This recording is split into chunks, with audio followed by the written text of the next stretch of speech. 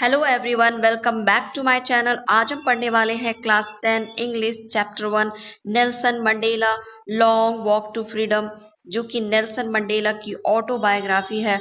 Autobiography का अर्थ होता है खुद के द्वारा खुद के बारे में लिखी गई पुस्तक।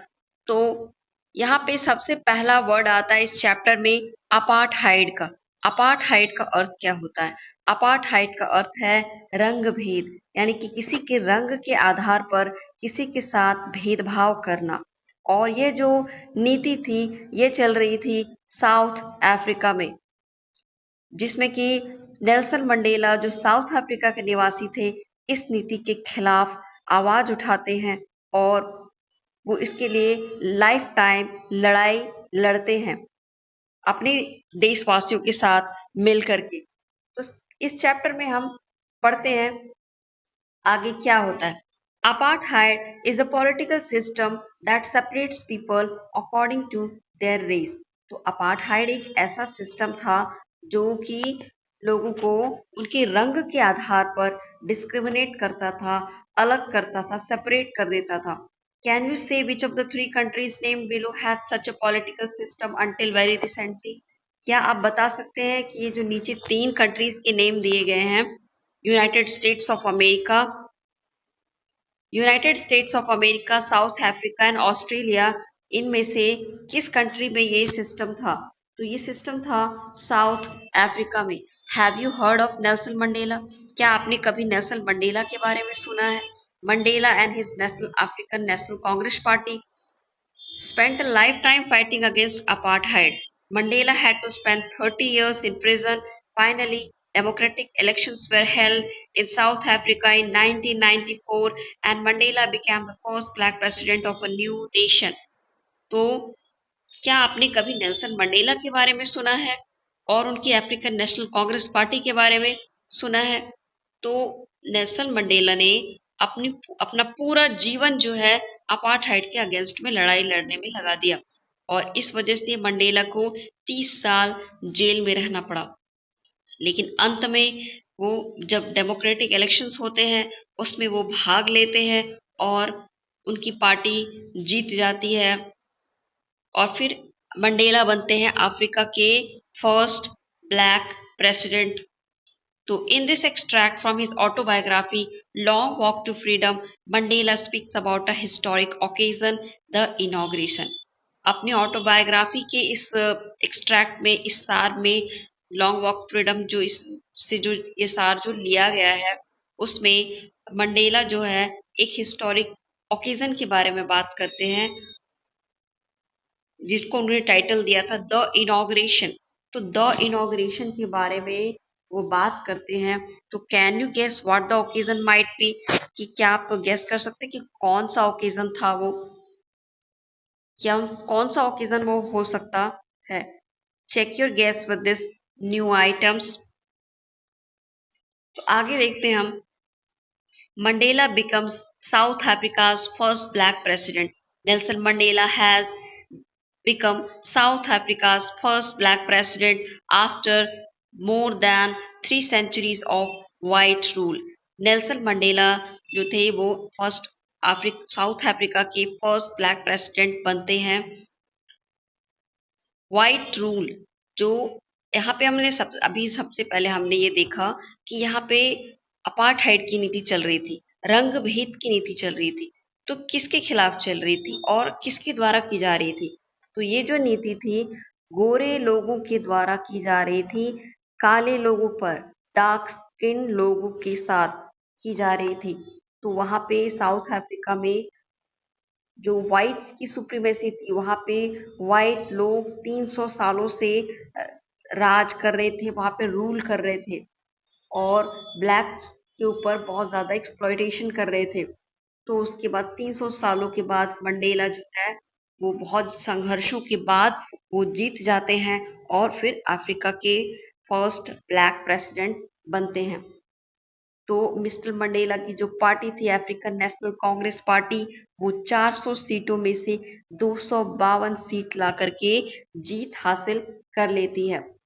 और फिर जब समारोह होता है, शपथ ग्रहण का समारोह, ये समारोह होता है यूनियन बिल्डिंग प्रिटोरिया के एम्पी थिएटर हॉल में. The inauguration ceremony took place in the union building amphi theatre today in Pretoria today, attended by politicians and dignitaries more than more than 140 countries around the world. Never, never again will this beautiful land experience the operation of one by another, said Nelson Mandela in his address. तो ये जो ceremony थी ये हो रही थी union building Pretoria के amphi theatre में, जिसमें कि 140 देशों के जो पॉलिटिशियंस थे, राजनीतिज्ञ थे और जो डिग्नेटरीज थे, गणमान्य व्यक्ति थे, जो सम्माननीय लोग थे ऑल ओवर द वर्ल्ड, वो सभी शामिल हुए थे. और तब उनको एड्रेस करते हुए, उनको संबोधित करते हुए मंडेला कहते हैं कि अब ये धरती अब दोबारा कभी भी, अब यहाँ पर किसी का भी एक्सप्लॉयटेशन नहीं होगा. कोई भी समुदाय या कोई भी धर्म या कोई जाति, कोई भी एक दूसरे के ऊपर दबाव नहीं डालेगा. Jubilant scenes on the street of Pretoria followed the ceremony with blacks, whites, and coloreds celebrating together. More than 1 lakh South African men, women, and children of all races sang and danced with joy. तो Pretoria की गलियों में जो ceremony हो रही थी उसमें सारे लोग थे, ब्लैक्स भी थे, व्हाइट्स भी थे और कलर्ड पीपल भी थे. मतलब सारे लोग एक साथ मिलजुल करके इस लिबर्टी को सेलिब्रेट कर रहे थे. लगभग 1 लाख साउथ अफ्रीकन मेंस थे, यानी कि पुरुष थे, स्त्रियां थी और बच्चे, जिसमें कि सभी रंग के लोग शामिल थे, of all races, sang and dance with joy, जो एक साथ गा रहे थे, झूम रहे थे, नाच रहे थे. अब आगे हम देखते हैं, चैप्टर की शुरुआत करते हैं. 10th में dawned bright and clear. 10 मई का दिन था. 10 मई 1994 उनका शपथ ग्रहण का समारोह चल रहा था. वो दिन बहुत ही साफ सुथरा दिन था. For the past few days, I had been pleasantly beset by dignitaries and world leaders who were coming to pay their respect before the inauguration. पिछले कुछ दिनों से मैं लोगों से बहुत ज्यादा घिरा हुआ था, क्योंकि पूरे वर्ल्ड से लोग मुझे मिलने के लिए आ रहे थे, मुझे बधाइयां दे रहे थे. The inauguration would be the largest gathering ever of international leaders on south African soil. ये जो इनॉग्रेशन होगा ये साउथ अफ्रीका की धरती पर होने वाला बहुत सबसे बड़ा इनॉग्रेशन होगा. The ceremonies took place in the lovely sandstone amphitheater. ये जो सेरेमनी थी ये हो रही थी एम्पी थिएटर में, यूनियन बिल्डिंग प्रिटोरिया के एम्पी थिएटर में.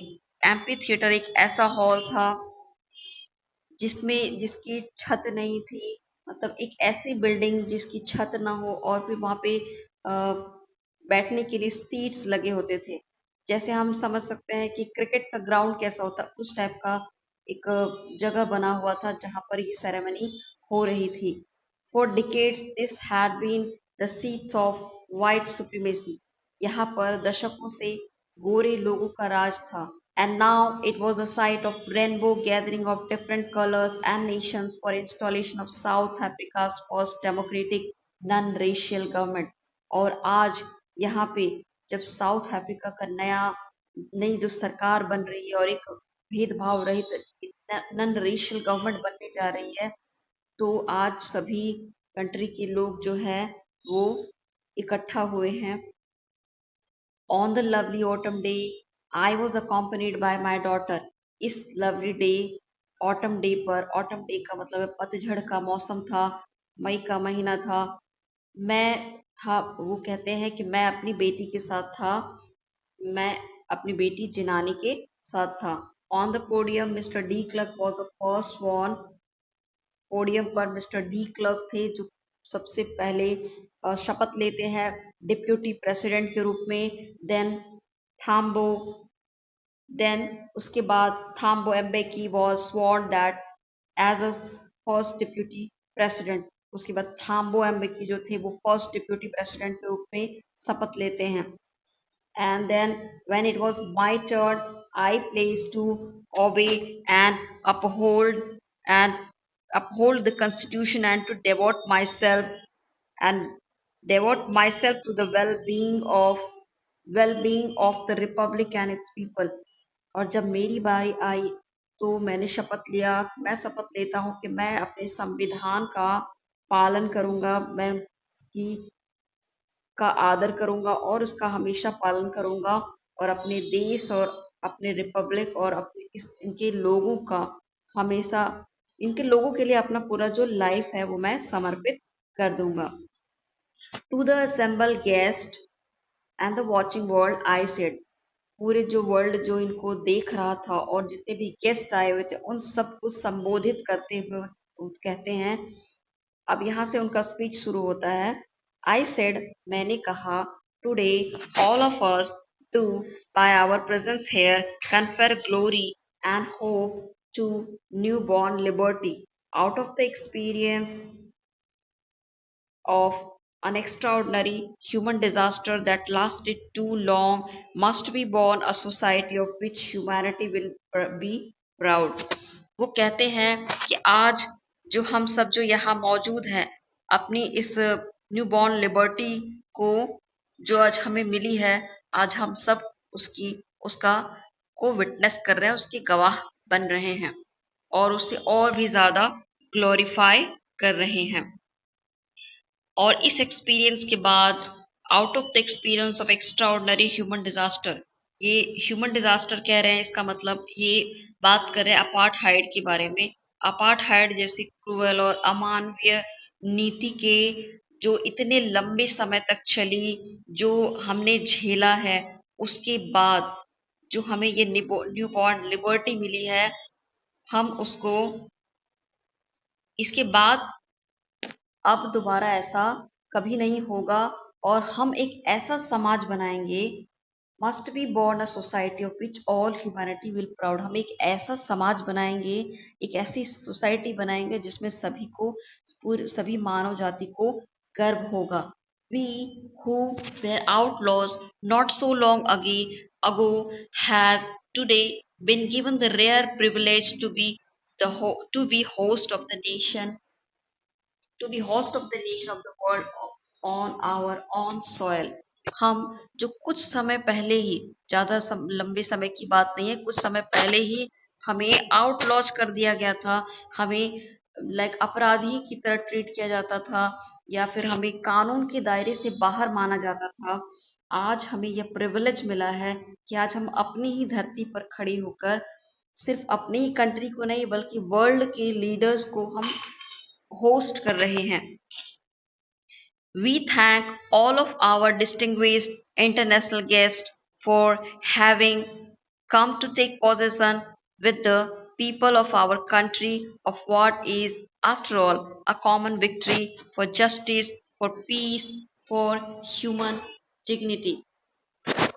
आज हम अपने सभी विशिष्ट अंतर्राष्ट्रीय मेहमानों को धन्यवाद देते हैं कि वे हमारे देश के लोगों के साथ आए और इसकी गवाह बने हैं. और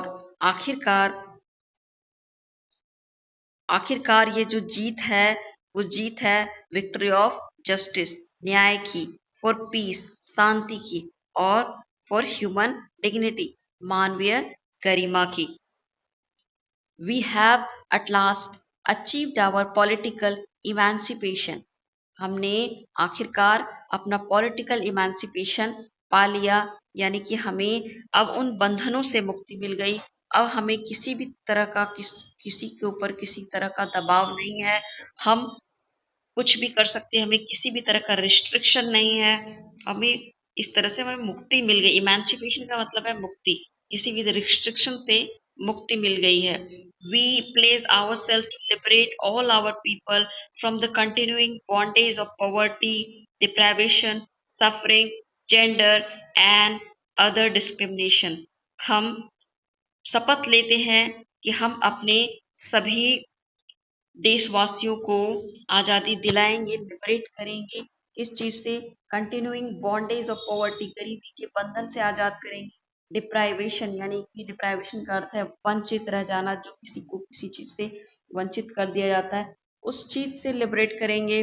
सफरिंग, यानी दुखों से आजाद करेंगे, और जेंडर एंड अदर डिस्क्रिमिनेशन, और जितने भी तरह के डिस्क्रिमिनेशन होते हैं समाज में, जैसे जाति के आधार पर भेदभाव, रंग के आधार पर भेदभाव, लिंग के आधार पर भेदभाव, उन सभी भेदभाव से लोगों को आजाद करेंगे।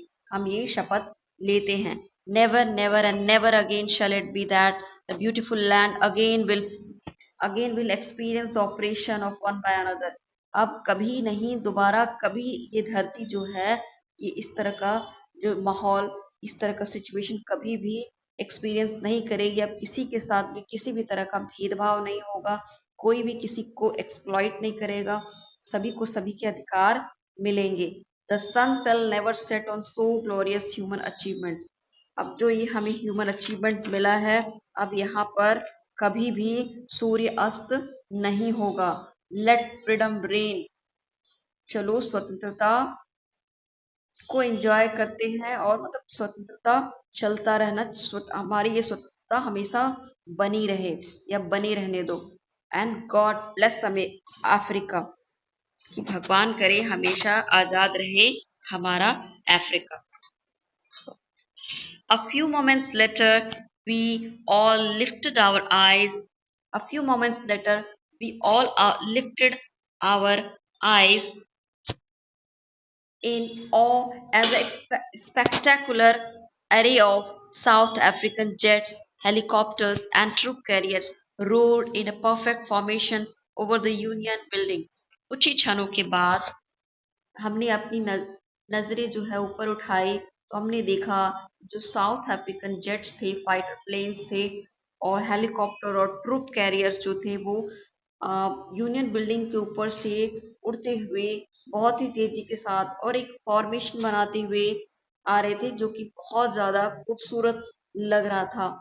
It was not only a display of pin point precision and military force, but a demonstration of the military's loyalty to democracy, to a new government that had been freely and fairly elected. ये सिर्फ एक display नहीं था, ये सिर्फ एक दिखावा नहीं था कि हमारे पास मिलिट्री फोर्स है, बल्कि ये संकेत था कि जो हमारी ये जो सेना है, वो हमारी न्यू और फ्रीली जो इलेक्टेड सरकार है उसके प्रति बिल्कुल ही वफादार है। वो अपने कर्तव्यों का पालन हमेशा करेगी और सरकार के प्रति हमेशा उत्तरदायी रहेगी। Only moments before highest general of the South African Defence Force and Police, their chest bedecked with ribbons and medals from days gone by, saluted me and placed their loyalty. कुछ ही क्षण पहले कुछ ही क्षण पहले जो साउथ अफ्रीका के defence force के रक्षा विभाग के जो हाईएस्ट जनरल थे, जिनके चेस्ट जो थे वो मेडल से सजे हुए थे, और उसमें इतने रिबन्स लगे हुए थे, यानी कि बहुत ज्यादा रिस्पेक्टेड आदमी, और वो उन्होंने आकर मुझे सल्यूट किया और मेरे पास आकर प्लेस लिया, लॉयल्टी का शपथ लिया। I was not unmindful of the fact that not so many years before they would not have saluted but arrested me. मुझे मतलब मुझे आज भी याद है, अगर ये कुछ दिनों पहले की बात होती तो वो अब मुझे सैल्यूट क्या, वो मुझे अरेस्ट करते। Finally, a severin of Impala jets left a smoke trail of the black, red, green, blue, and gold of the new South African oil flag. तो लास्ट में जो इम्पाला जेट्स था, जो फाइटर प्लेन, वो union building के ऊपर से उड़ता हुआ और धुआं छोड़ता हुआ आता है। शेवरॉन का मतलब है वी शेप बनाता हुआ, और वो बहुत सारी रंग के धुएं छोड़ता हुआ और साउथ अफ्रीका का फ्लैग बनाता हुआ चला जाता है।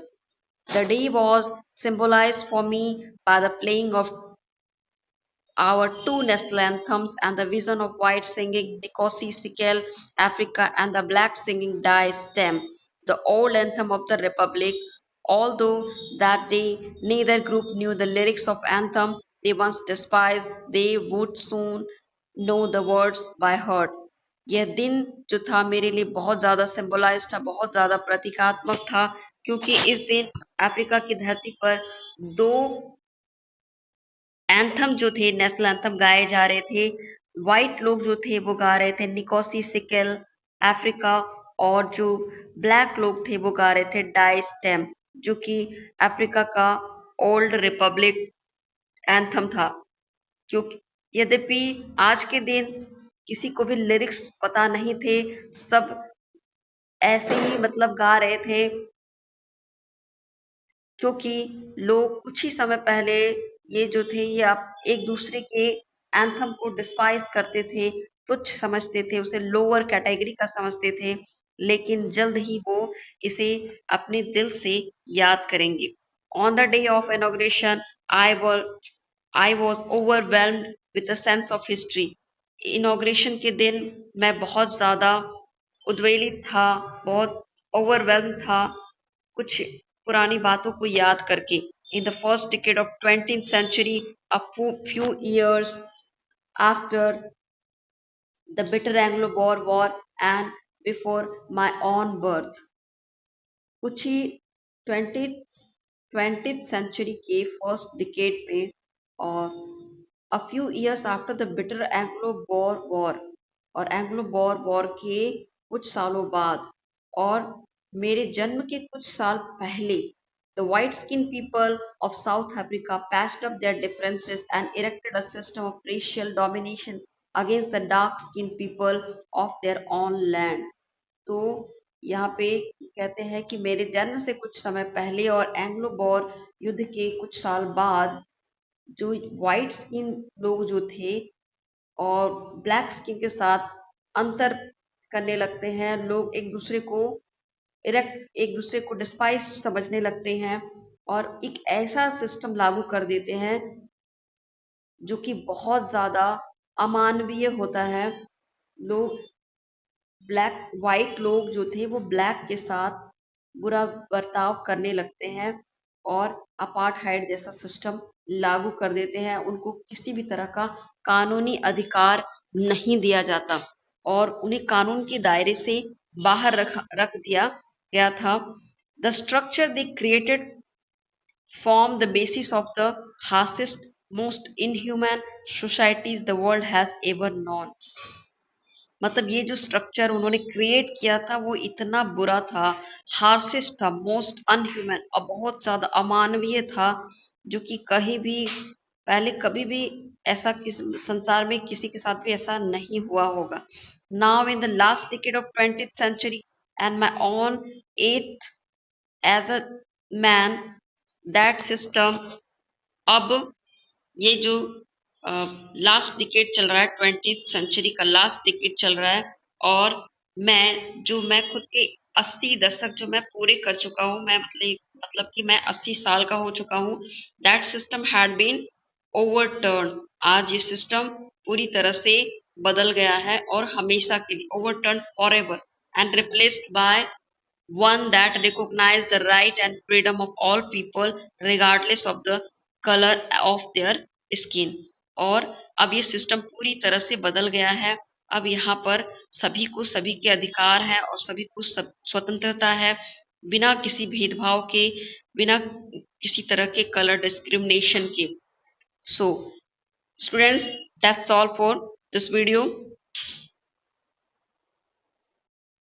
स्टूडेंट्स, यदि आपको वीडियो अच्छी लगी हो तो please like, share and subscribe and hit the bell button, ताकि आपको इस तरह के वीडियोस की नोटिफिकेशन आपको हमेशा मिलती रहे। So thank you, keep learning.